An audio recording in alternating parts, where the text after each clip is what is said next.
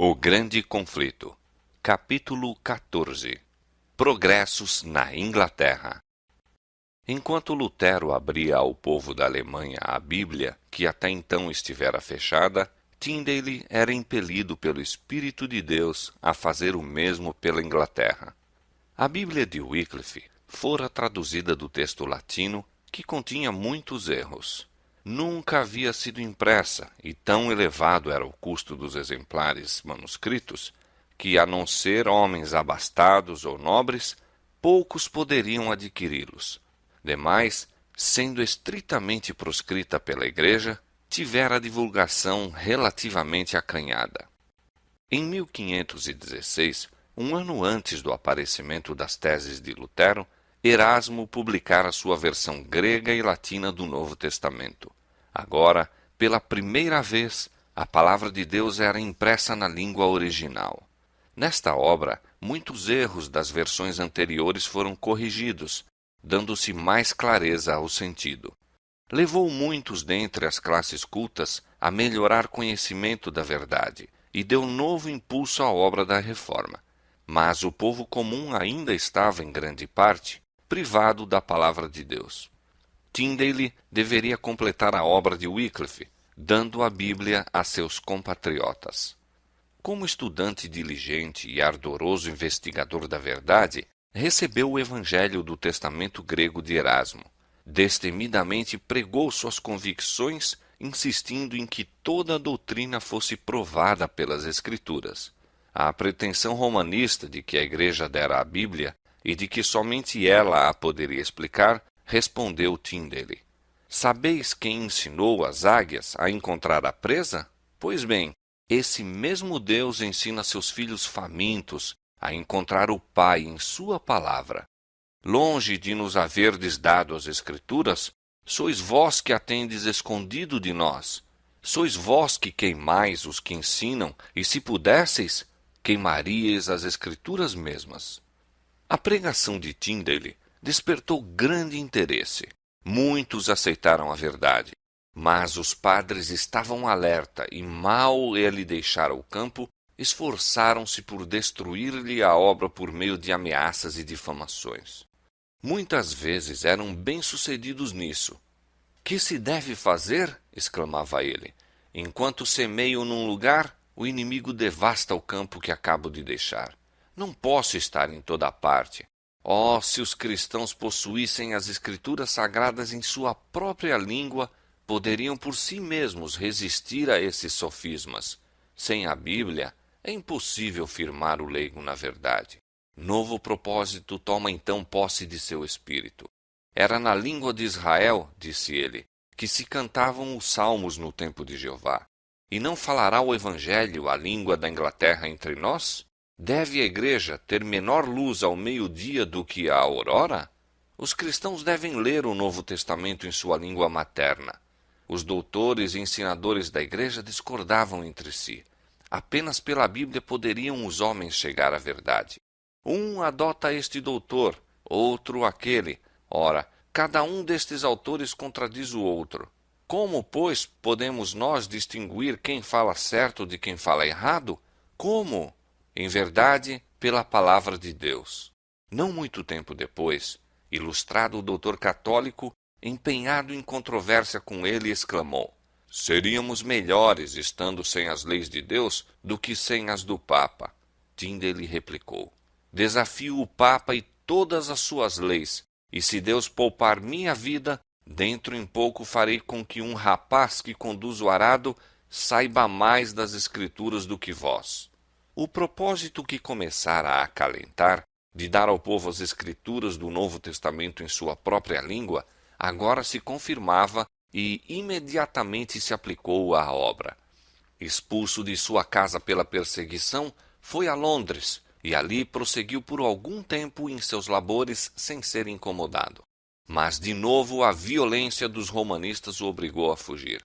Toda a Inglaterra parecia cerrar-se para ele, e resolveu procurar abrigo na Alemanha. Ali começou a imprimir o Novo Testamento em inglês. 2 vezes foi o trabalho interrompido, mas quando se lhe proibia imprimir numa cidade, ia para outra, finalmente tomou o caminho de Worms, onde poucos anos antes Lutero havia defendido o evangelho perante a Dieta. Naquela antiga cidade havia muitos amigos da Reforma, e ali Tyndale prosseguiu em sua obra sem mais estorvos. 3.000 exemplares do Novo Testamento foram logo concluídos, e seguiu-se outra edição no mesmo ano.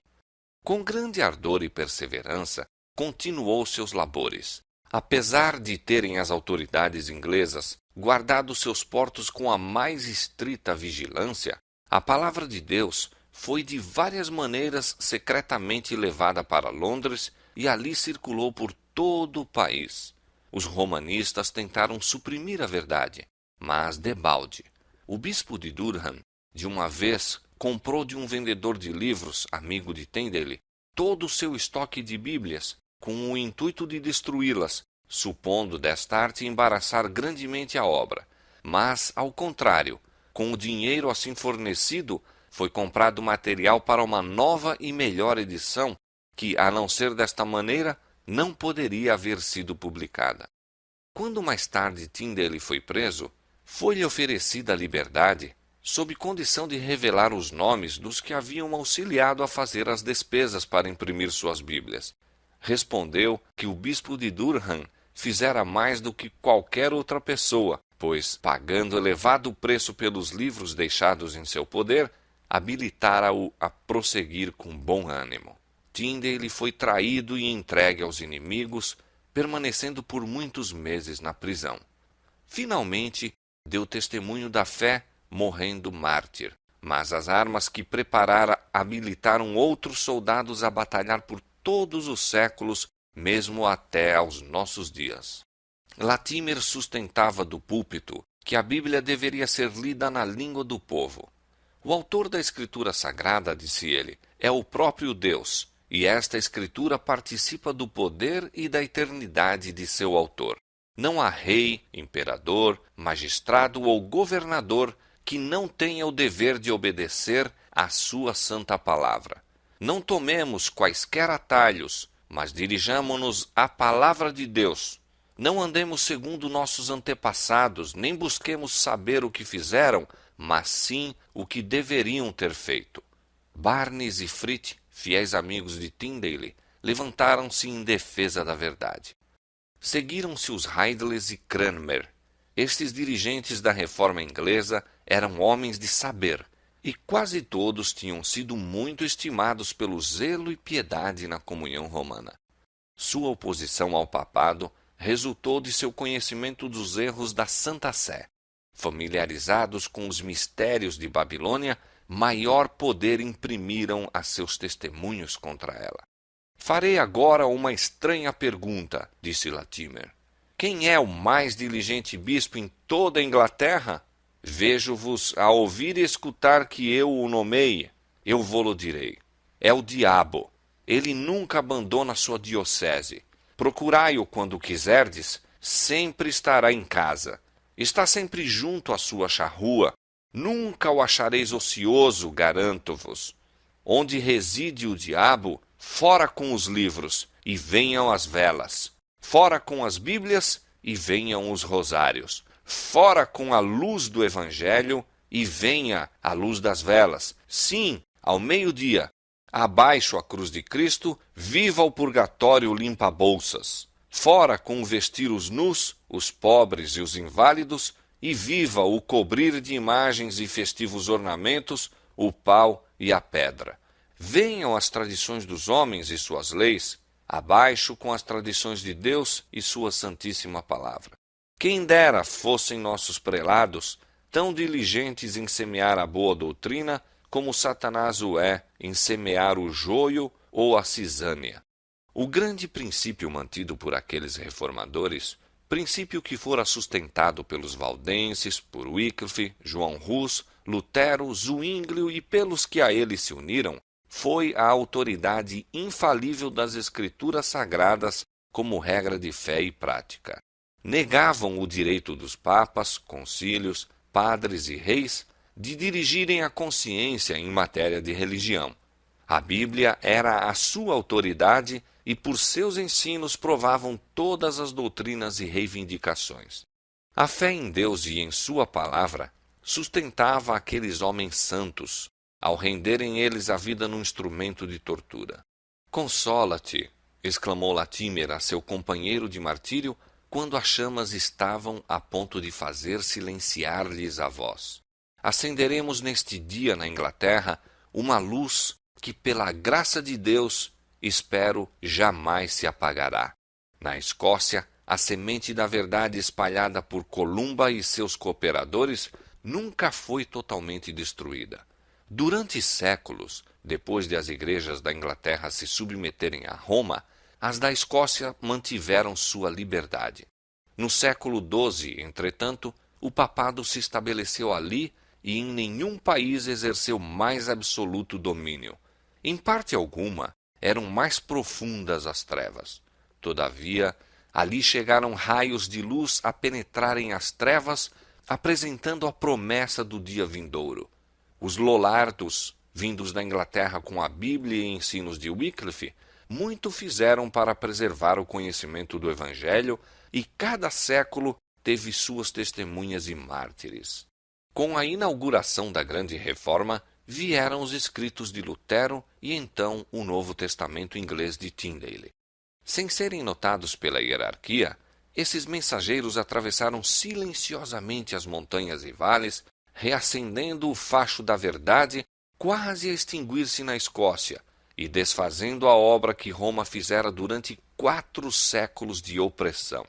Deu então o sangue dos mártires novo ímpeto ao movimento. Os chefes romanistas, apercebendo-se subitamente do perigo que ameaçava sua causa, levaram à fogueira alguns dos mais nobres e honrados filhos da Escócia. Não fizeram senão erigir um púlpito, do qual as palavras daquelas testemunhas moribundas foram ouvidas por todo o país, fazendo a alma do povo vibrar no propósito firme de se libertar das algemas de Roma. Hamilton e Wishart, príncipes no caráter bem como de nascimento, com grande número de discípulos mais humildes, renderam a vida na fogueira. Mas de junto da pira ardente de Wishart, veio alguém a quem as chamas não reduziriam ao silêncio, alguém que, abaixo de Deus, vibraria o golpe de morte ao domínio papal na Escócia. João Knox desviara-se das tradições e misticismos da Igreja para alimentar-se das verdades da Palavra de Deus. E os ensinos de Wishart haviam confirmado sua resolução de abandonar a comunhão de Roma e ligar-se aos reformadores perseguidos. Havendo seus companheiros insistido com ele para assumir o cargo de pregador, trêmulo, recuou dessa responsabilidade e somente depois de dias de reclusão e doloroso conflito consigo mesmo foi que consentiu. Mas, uma vez aceito por ele o cargo, foi avante com inflexível decisão e denodada coragem enquanto lhe durou a vida.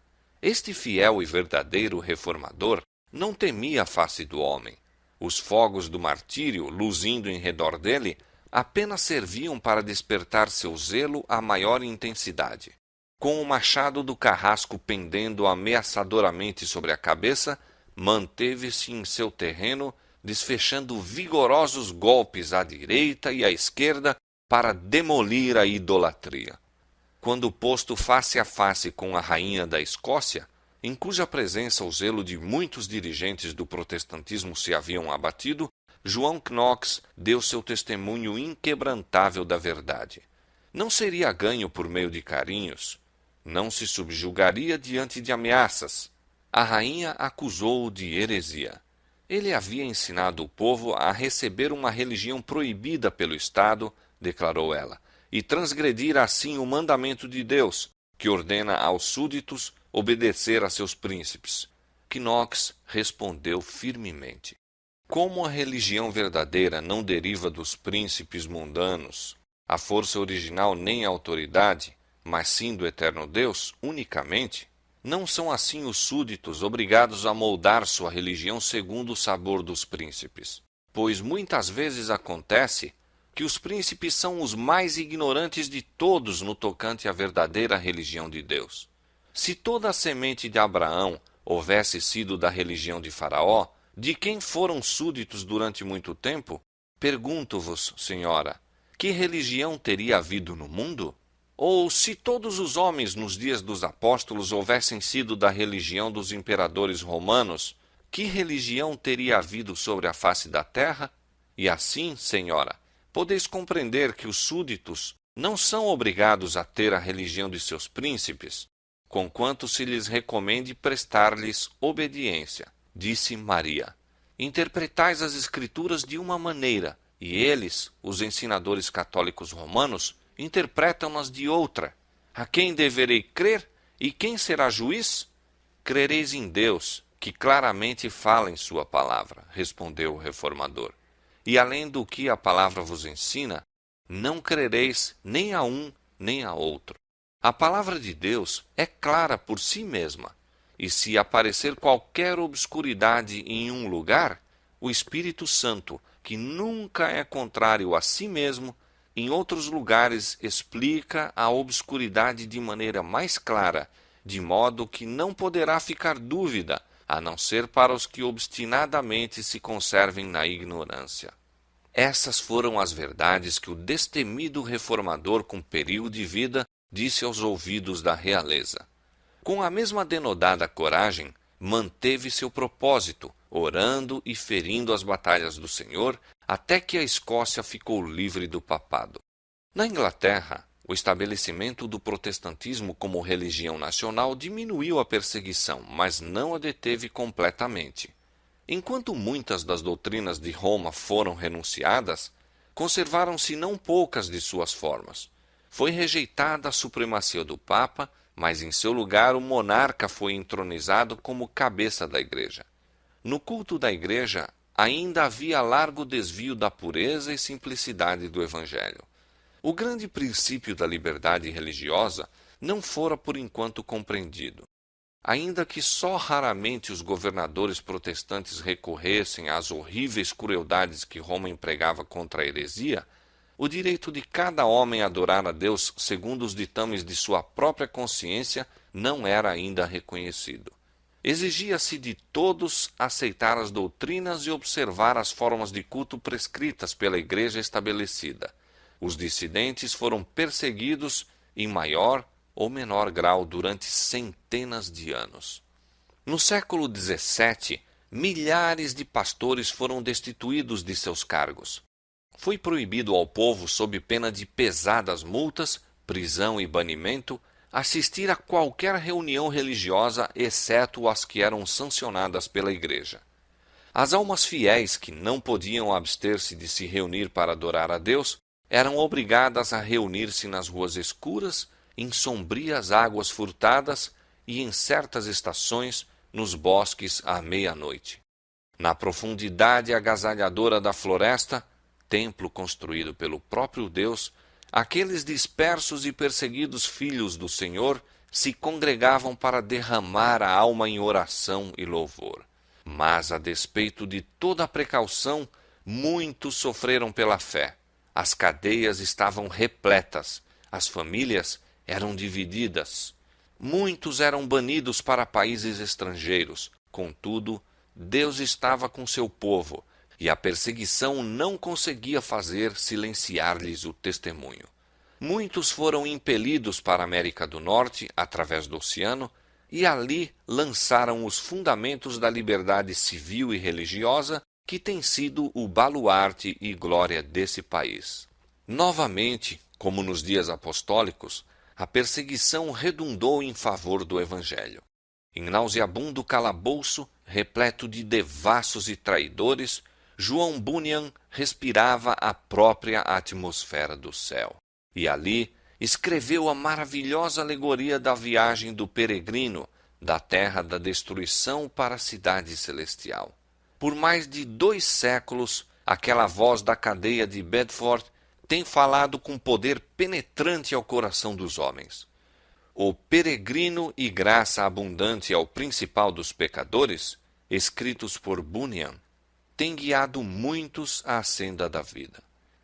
Baxter, Flavel, Alane e outros homens de talento cultura e profunda experiência cristã ergueram-se em valorosa defesa da fé que uma vez foi entregue aos santos. A obra realizada por esses homens, proscritos e renegados pelos governantes deste mundo, jamais poderá perecer. A fonte da vida e o método da graça, de Flavel, têm ensinado milhares a confiar a Cristo a guarda de sua alma. O pastor reformado de Baxter demonstrou-se uma bênção a muitos que desejam uma revivificação da obra de Deus, e o eterno repouso dos santos efetuou seu trabalho levando almas ao repouso que resta ainda para o povo de Deus. Um século mais tarde, em tempo de grandes trevas espirituais, Whitefield e Wesley apareceram como portadores da luz de Deus. Sob o domínio da Igreja estabelecida, o povo da Inglaterra havia caído em tal declínio religioso que dificilmente se poderia diferenciar do paganismo. A religião natural era o estudo favorito do clero e incluía a maior parte de sua teologia. As classes mais elevadas zombavam da piedade e orgulhavam-se de estar acima do que chamavam fanatismo da mesma. As classes inferiores eram crassamente ignorantes e entregues ao vício, enquanto a Igreja não mais tinha coragem nem fé para apoiar a causa esmorecida da verdade. A grande doutrina da justificação pela fé, tão claramente ensinada por Lutero, fora quase de todo perdida de vista, e o princípio romanista de confiar nas boas obras para a salvação tomara-lhe o lugar. Whitefield e Wesley, que eram membros da Igreja estabelecida, buscavam sinceramente o favor de Deus, e isto, haviam sido ensinados, deveria conseguir-se mediante vida virtuosa e pela observância das ordenanças da religião. Quando Carlos Wesley caiu doente certa vez e previu a aproximação da morte, foi interrogado sobre aquilo em que depositava a esperança de vida eterna. Sua resposta foi: tenho empregado meus melhores esforços para servir a Deus. Como o amigo que fizera a pergunta parecesse não ficar completamente satisfeito com a resposta, pensou Wesley: pois que? Não são meus esforços razão suficiente para a esperança? Despojar-me-ia ele de meus esforços? Nada mais tenho em que confiar. Tais eram as densas trevas que haviam baixado sobre a Igreja, ocultando a obra de expiação, despojando a Cristo de sua glória e desviando a mente dos homens de sua única esperança de salvação, o sangue do Redentor crucificado. Wesley e seus companheiros chegaram a ver que a verdadeira religião se localiza no coração e que a lei de Deus se estende tanto aos pensamentos como às palavras e ações. Convictos da necessidade de pureza de coração, bem como da correção da conduta exterior, buscaram com zelo levar uma nova vida. Com oração e diligentes esforços, aplicavam-se a subjugar os males do coração natural. Viviam vida de renúncia, caridade e humilhação, observando com grande rigor e exatidão todas as medidas que julgavam lhes pudessem ser de auxílio para obter o que mais desejavam, a santidade que conseguia o favor de Deus, mas não alcançaram o objetivo que procuravam. Baldados foram seus esforços para se libertar da condenação do pecado ou para lhe quebrar o poder. Essa foi a mesma luta que Lutero experimentara em sua cela em Erfurt. A mesma questão lhe torturara a alma. Como se justificará o homem para com Deus? Jó 9:2. Os fogos da verdade divina, quase extintos sobre os altares do protestantismo, deveriam reacender-se do antigo facho legado através dos séculos pelos cristãos boêmios. Depois da Reforma, o protestantismo na Boêmia fora calcado a pés pelas hordas de Roma. Todos os que se recusavam a renunciar à verdade foram obrigados a fugir. Alguns destes, encontrando refúgio na Saxônia, ali mantiveram a antiga fé. Foi dos descendentes desses cristãos que a luz chegara a Wesley e a seus companheiros. João e Carlos Wesley, depois de serem ordenados para o ministério, foram enviados em missão à América. A bordo do navio havia um grupo de morávios. Violentas tempestades acossaram-nos na travessia e João Wesley, posto face a face com a morte, sentiu que não tinha a certeza de paz com Deus. Os alemães, ao contrário, manifestavam uma calma e confiança que lhe eram estranhas. Muito tempo antes, disse ele, já eu havia observado a grande rigidez de sua conduta. De sua humildade haviam dado prova contínua, efetuando para os outros passageiros as ocupações servis que nenhum dos ingleses desempenharia. Isto sem desejarem nem receberem paga, dizendo que era para o seu coração orgulhoso e que seu amante salvador por eles fizera mais. E dia a dia manifestavam uma mansidão que nenhuma ofensa poderia abalar. Se eram empurrados, batidos ou derrubados, erguiam-se de novo e iam-se, mas nenhuma queixa lhes escapava dos lábios. Houve então uma oportunidade para provar se eram movidos pelo espírito de temor ou de orgulho, ira e vingança. Em meio do salmo com que iniciaram seu culto, o mar enfureceu-se, reduzindo a pedaços a vela principal, cobrindo o navio e derramando-se pelos convéses como se o grande abismo já nos houvesse tragado. Terrível alarido surgiu entre os ingleses. Os alemães calmamente continuaram a cantar. Perguntei a um deles depois, não ficaste com medo? Ele respondeu, graças a Deus, não. Perguntei, mas não ficaram com medo vossas mulheres e crianças? Respondeu brandamente, não, nossas mulheres e crianças não têm medo de morrer. Ao chegar à savana, Wesley demorou-se por um pouco de tempo com os morávios, ficando profundamente impressionado com a sua conduta cristã.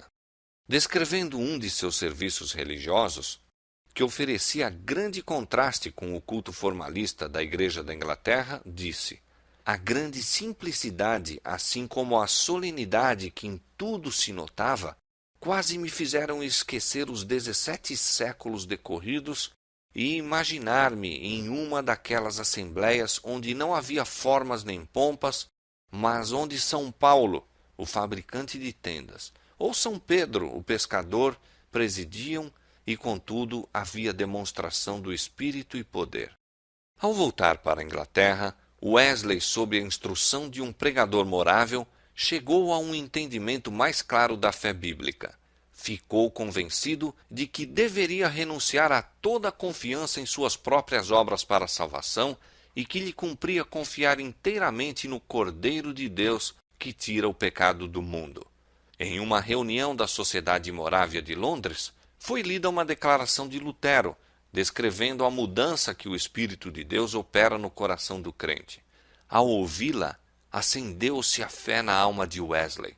Senti o coração aquecido de maneira estranha, disse ele. Senti que confiava em Cristo, Cristo somente, para a salvação. E foi-me concedida a certeza de que ele tirara meus pecados, sim, os meus, e me salvara da lei do pecado e da morte. Durante longos e sombrios anos de esforços exaustivos, anos de rigorosa renúncia, exprobrações e humilhações, Wesley havia se conservado firme em seu único propósito de procurar a Deus. Encontra-o, por fim, e achou que a graça que labutara por alcançar pelas orações e jejuns, obras de caridade e abnegação, era um dom sem dinheiro e sem preço. Uma vez estabelecido na fé cristã, ardia-lhe a alma no desejo de espalhar por toda parte o conhecimento do glorioso Evangelho da livre graça de Deus. Considero o mundo todo minha paróquia, disse ele. Em qualquer parte em que me encontre, julgo próprio, justo e de meu dever indeclinável declarar a todos os que desejam ouvir as alegres novas da salvação.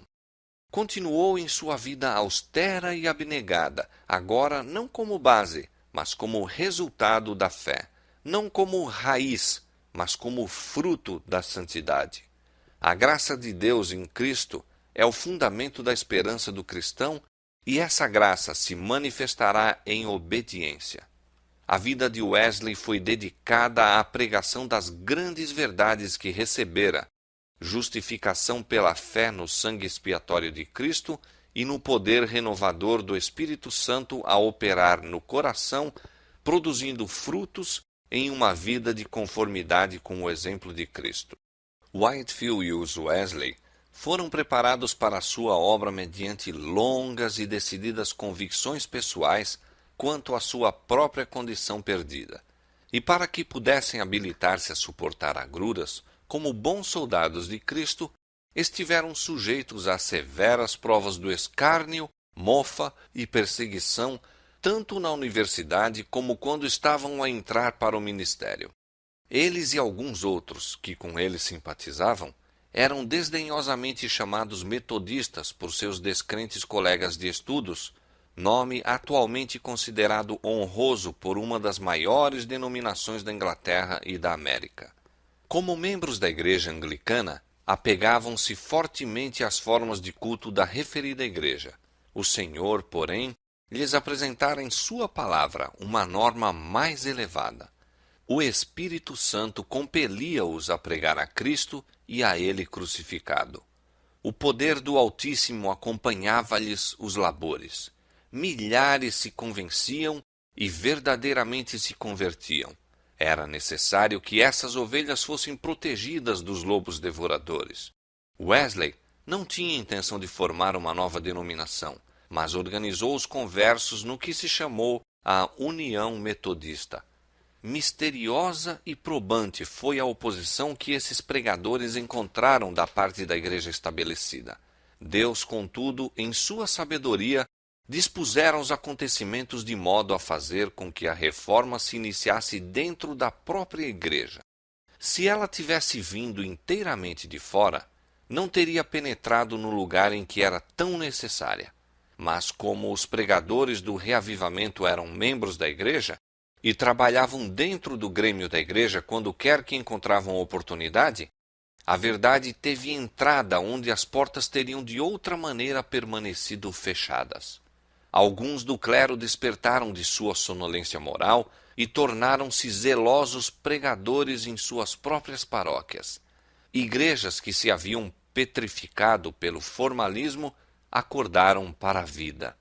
No tempo de Wesley, como em todos os tempos da história da igreja, homens de diferentes dons efetuaram a obra que lhes era designada. Não sermonizavam em todos os pontos de doutrina, mas todos eram movidos pelo Espírito de Deus e uniam-se no objetivo que os absorvia, de conquistar almas para Cristo. As divergências entre Whitefield e os Wesley ameaçaram certa vez estabelecer separação, mas como tivessem na escola de Cristo aprendido a humildade, reconciliaram-nos o perdão e a caridade mútua. Não tinham tempo para discutir, enquanto o erro e a iniquidade abundavam por toda parte, e os pecadores sucumbiam na ruína. Os servos de Deus palmilhavam caminho escabroso.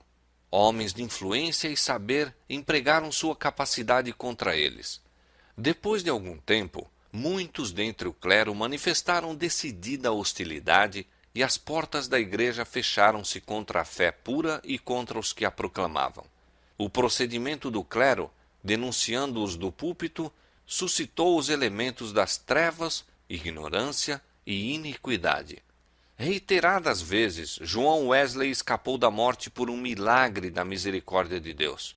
Quando a fúria da populaça foi excitada contra ele e parecia não haver meio de escape, um anjo, em forma humana, vinha ao seu lado, a plebe recuava e o servo de Cristo saía em segurança do lugar de perigo. De seu livramento da populaça enraivecida, em uma dessas ocasiões disse Wesley: muitos se esforçaram por atirar-me ao chão, enquanto por um caminho escorregadio descíamos uma colina para ir à cidade, imaginando que se eu caísse ao chão, dificilmente me levantaria outra vez. Mas não tropecei, absolutamente, nem sequer sofri a mínima escorregadela, até que fiquei inteiramente fora de seu alcance. Posto que muitos se esforçassem por lançar mão de meu colarinho e vestes, para arrojar-me por terra, não puderam de maneira nenhuma firmar-se. Apenas um segurou-me firme na aba de meu colete, que logo lhe ficou na mão. A outra aba, em cujo bolso havia uma nota de banco, foi rasgada apenas pela metade. Um homem robusto, precisamente por trás, virou contra mim várias vezes grossa vara de carvalho, com a qual, caso me houvesse uma única vez batido na parte posterior da cabeça, ter-se-ia livrado de mais incômodos. Mas todas as vezes as pancadas se desviavam para o lado, não sei como, pois não podia mover-me nem para a direita nem para a esquerda. Outro veio correndo através da multidão e, levantando o braço para bater-me, subitamente o deixou cair e apenas me tocou de leve a cabeça, dizendo: "Que cabelo macio ele tem!" Os primeiros homens a mudarem de atitude foram os heróis populares, os líderes da plebe em todas as ocasiões, havendo um deles sido pugilista de circo. Por meio de quão suaves degraus nos prepara Deus para a sua vontade. Há 2 anos, um pedaço de tijolo roçou por meus ombros. Faz 1 ano que uma pedra me feriu entre os olhos. No mês passado, recebi uma pancada, e nesta noite 2, uma antes que chegássemos à cidade e outra depois que saímos. Mas ambas não foram nada, pois conquanto um dos homens me batesse no peito com toda a força e outro na boca com força tal que o sangue jorrou imediatamente, não senti de qualquer das pancadas dor maior do que se me houvessem tocado com uma palha. Os metodistas daqueles primitivos dias, tanto o povo como os pregadores, suportavam ridículo e perseguição, não só dos membros da igreja, mas também dos declarados irreligiosos que se inflamavam pelas falsas informações daqueles. Eram citados perante os tribunais de justiça, tribunais que o eram apenas de nome, pois a justiça era rara nas cortes daquele tempo. Frequentemente sofriam violência por parte dos perseguidores. Multidões de populares iam de casa em casa, destruindo móveis e bens, saqueando o que quer que desejassem e brutalmente desacatando homens, mulheres e crianças. Em alguns casos, eram afixados avisos públicos convocando os que desejavam ajudar a quebrar as janelas e saquear as casas metodistas a se unirem em um dado tempo e lugar. Estas flagrantes violações, tanto da lei humana como da divina, eram deixadas impunes. Provia-se perseguição sistemática contra um povo cuja única falta era a de procurar desviar os pés dos pecadores do caminho da destruição para a senda da santidade. Disse João Wesley, referindo-se às acusações feitas contra ele e seus companheiros: "Alguns alegam que as doutrinas desses homens são falsas, errôneas e fanáticas, que são novas e delas não se ouviu senão ultimamente, que são quakerismo, fanatismo e romanismo." Toda essa alegação já foi desfeita pela base, tendo sido amplamente demonstrado que todos os pontos dessa doutrina são a clara doutrina das Escrituras, interpretada por nossa própria Igreja. Portanto, não pode ser nem falsa nem errônea, uma vez que sejam verdadeiras as Escrituras. Outros alegam: sua doutrina é muito estrita, elas tornam o caminho do céu muito estreito.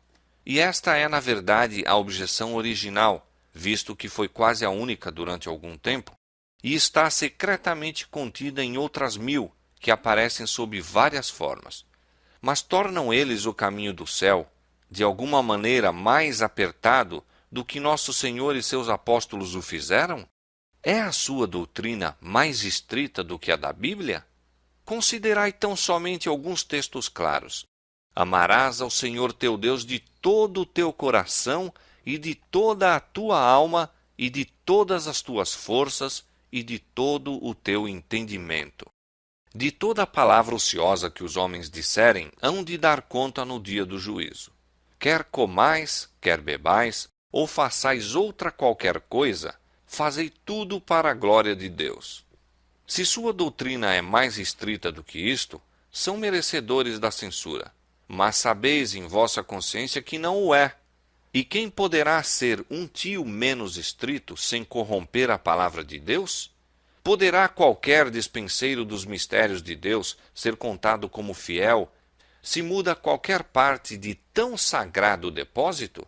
Não, não pode diminuir coisa alguma, nada pode abrandar. É constrangido a declarar a todos os homens: não posso rebaixar as Escrituras ao vosso gosto. Deveis elevar-vos até elas, ou perecer para sempre. Este é o fundamento verdadeiro do outro clamor popular relativo à falta de caridade desses homens. Sem caridade são eles? Em que sentido? Não alimentam o faminto nem vestem o nu? Não, não é esse o caso. Não estão em falta nisto, mas são tão sem caridade no julgar. Acham que ninguém mais pode salvar-se além dos que seguem o caminho deles. O declínio espiritual ocorrido na Inglaterra, precisamente antes do tempo de Wesley, foi em grande parte o resultado do ensino antinômico. Muitos afirmavam que Cristo abolira a lei moral e que, portanto, os cristãos não estão na obrigação de observar que o crente está livre da servidão das boas obras. Outros, admitindo embora a perpetuidade da lei, declaravam não ser ela necessária aos ministros a fim de exortarem o povo à obediência de seus preceitos, desde que aqueles a quem Deus elegera para a salvação seriam, pelo impulso irresistível da graça divina, levados à prática da piedade e virtude, ao passo que os que estavam destinados à condenação eterna não tinham força para obedecer à lei divina. Outros, sustentando também que os eleitos não podem cair da graça nem privar-se do favor divino, chegavam à conclusão ainda mais horrível de que as ações ímpias que cometem não são realmente pecaminosas, nem devem considerar-se como violação da lei divina por parte deles, e que, em consequência, não têm motivo quer para confessar os pecados, quer para com os mesmos romper pelo arrependimento. Declaravam, portanto, que mesmo um dos mais vis pecados, universalmente considerado como enorme violação da lei divina, não é pecado à vista de Deus cometido por um dos eleitos, porque é um dos característicos essenciais e distintivos dos eleitos o não poderem fazer alguma coisa que seja desagradável a Deus ou proibida pela lei. Estas monstruosas doutrinas são essencialmente as mesmas que o ensino posterior dos educadores e teólogos populares, de que não há lei divina imutável como norma do que é reto, mas que o padrão da moralidade é indicado pela própria sociedade e tem estado constantemente sujeito à mudança. Todas estas ideias são inspiradas pelo mesmo Espírito Superior, sim, por aquele que, mesmo entre os habitantes celestiais, sem pecado, iniciou sua obra de procurar derruir as justas restrições da lei de Deus. A doutrina dos decretos divinos, que inalteravelmente fixam o caráter dos homens, havia conduzido muitos à rejeição virtual da lei de Deus. Wesley perseverantemente se opôs aos erros dos ensinadores antinomistas, demonstrando que esta doutrina que levava ao antinomismo é contrária às Escrituras. A graça de Deus se há manifestado trazendo salvação a todos os homens. Isto é bom e agradável diante de Deus nosso Salvador, que quer que todos os homens se salvem e venham ao conhecimento da verdade, porque há um só Deus e um só mediador entre Deus e os homens, Jesus Cristo, homem, o qual se deu a si mesmo em preço de redenção por todos. O Espírito de Deus é concedido livremente para habilitar todos os homens a apoderar-se dos meios de salvação. Assim, Cristo, a verdadeira luz, ilumina a todo homem que vem ao mundo. Os homens não conseguem a salvação pela recusa voluntária da luz da vida. Em resposta à alegação do que pela morte de Cristo foram abolidos os preceitos do Decálogo, juntamente com a lei cerimonial, disse Wesley: a lei moral contida nos 10 mandamentos e encarecida pelos profetas, Cristo não a abrogou.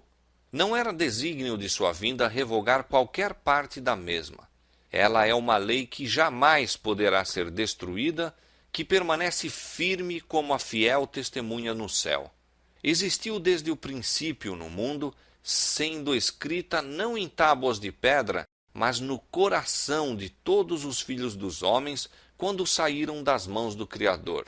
E conquanto as letras que uma vez foram escritas pelo dedo de Deus, ora estejam em grande parte apagadas pelo pecado, não podem elas, contudo, ser totalmente obliteradas, enquanto tivermos qualquer consciência do bem e do mal. Todos os requisitos desta lei devem continuar vigorando para toda a humanidade e em todos os tempos, não dependendo isto do tempo ou do lugar, nem de qualquer outra circunstância sujeita à mudança, mas da natureza de Deus e da natureza do homem e da imutável relação existente entre um e outro. Não vim para destruir, mas cumprir. Inquestionavelmente, o que ele quer dizer neste passo, em conformidade com tudo o que precede e segue, é: vim para estabelecê-la em sua plenitude, a despeito de todas as interpretações dos homens. Vim para colocar em uma perspectiva ampla e clara o que quer que nela fosse obscuro. Vim para declarar a significação verdadeira e completa de cada parte da lei, para mostrar o comprimento e largura, a extensão total de cada mandamento nele contido e a altura e profundidade, a inconcebível pureza e espiritualidade dela em todas as suas partes. Wesley advogou a harmonia perfeita da lei e do Evangelho. Há, portanto, a mais íntima ligação que se pode conceber entre a lei e o Evangelho. Por um lado, a lei continuamente nos abre o caminho para o Evangelho e nolo aponta. Por outro, o Evangelho nos conduz ao cumprimento mais exato da lei. A lei, por exemplo, exige de nós amar a Deus e ao próximo, sermos mansos, humildes e santos. Sentimos não ser capazes destas coisas. Sim, isto para o homem é impossível, mas vemos uma promessa de que Deus nos concederá esse amor e nos fará humildes, mansos e santos. Lançamos mão deste Evangelho, destas alegres novas. É-nos feito segundo a nossa fé, e a justiça da lei se cumpre em nós pela fé em Cristo Jesus. Entre os mais acérrimos inimigos do Evangelho de Cristo, disse Wesley, estão os que aberta e explicitamente julgam a lei, falam mal da lei, ensinam os homens a destruir, anular, afrouxar, desfazer a obrigação de observância, não apenas um dos menores ou dos maiores mandamentos, mas todos eles de uma vez. A mais surpreendente de todas as circunstâncias que acompanham este grande engano é que os que a ele se entregam creem que realmente honram a Cristo subvertendo sua lei e que estão a engrandecer-lhe o caráter quando se encontram a destruir sua doutrina. Sim, honraram-no exatamente como fez Judas quando disse: "Eu te saúdo, mestre", e o beijou. E ele pode de maneira igualmente justa dizer a cada um deles: "Traz o Filho do Homem com um beijo?" Não é outra coisa senão traí-lo com um beijo, falar de seu sangue e arrancar-lhe a coroa, considerando levianamente qualquer parte de sua lei sob o pretexto de fazer avançar seu evangelho. Nem em verdade poderá escapar desta acusação alguém que pregue a fé de qualquer maneira, que direta ou indiretamente tenta a pôr de parte qualquer ponto de obediência, que pregue a Cristo de modo a de qualquer forma anular ou enfraquecer o menor dos mandamentos de Deus. Aos que insistiam em que a pregação do Evangelho responde a todos os fins da lei, Wesley replicava: "Isto negamos expressamente. Não corresponde ao primeiro objetivo da própria lei, a saber, convencer os homens do pecado, despertar aos que ainda dormem às bordas do inferno. O apóstolo São Paulo declara que pela lei vem o conhecimento do pecado, e antes que o homem esteja convicto do pecado, não sentirá verdadeiramente a necessidade do sangue expiatório de Cristo. Não necessitam de médico os que estão sãos, como nosso Senhor mesmo observa, mas sim os que estão enfermos. É absurdo, portanto, oferecer médico aos que estão sãos, ou que ao menos se imaginam assim. Deveis primeiramente convencê-los de que eles estão doentes. De outra maneira, não vos agradecerão o trabalho. É igualmente absurdo oferecer Cristo àqueles cujo coração está são, não tendo ainda sido quebrantado. Assim, enquanto pregava o Evangelho da graça de Deus, Wesley, a exemplo de seu mestre, procurava engrandecer a lei e torná-la gloriosa. Fielmente cumpriu a obra que Deus lhe confiara, e gloriosos foram os resultados que lhe foi permitido contemplar. No final de sua longa vida de mais de 80 anos, havendo sido mais de meio século empregado no ministério itinerante, seus adeptos declarados eram em número de mais de 500 mil de almas.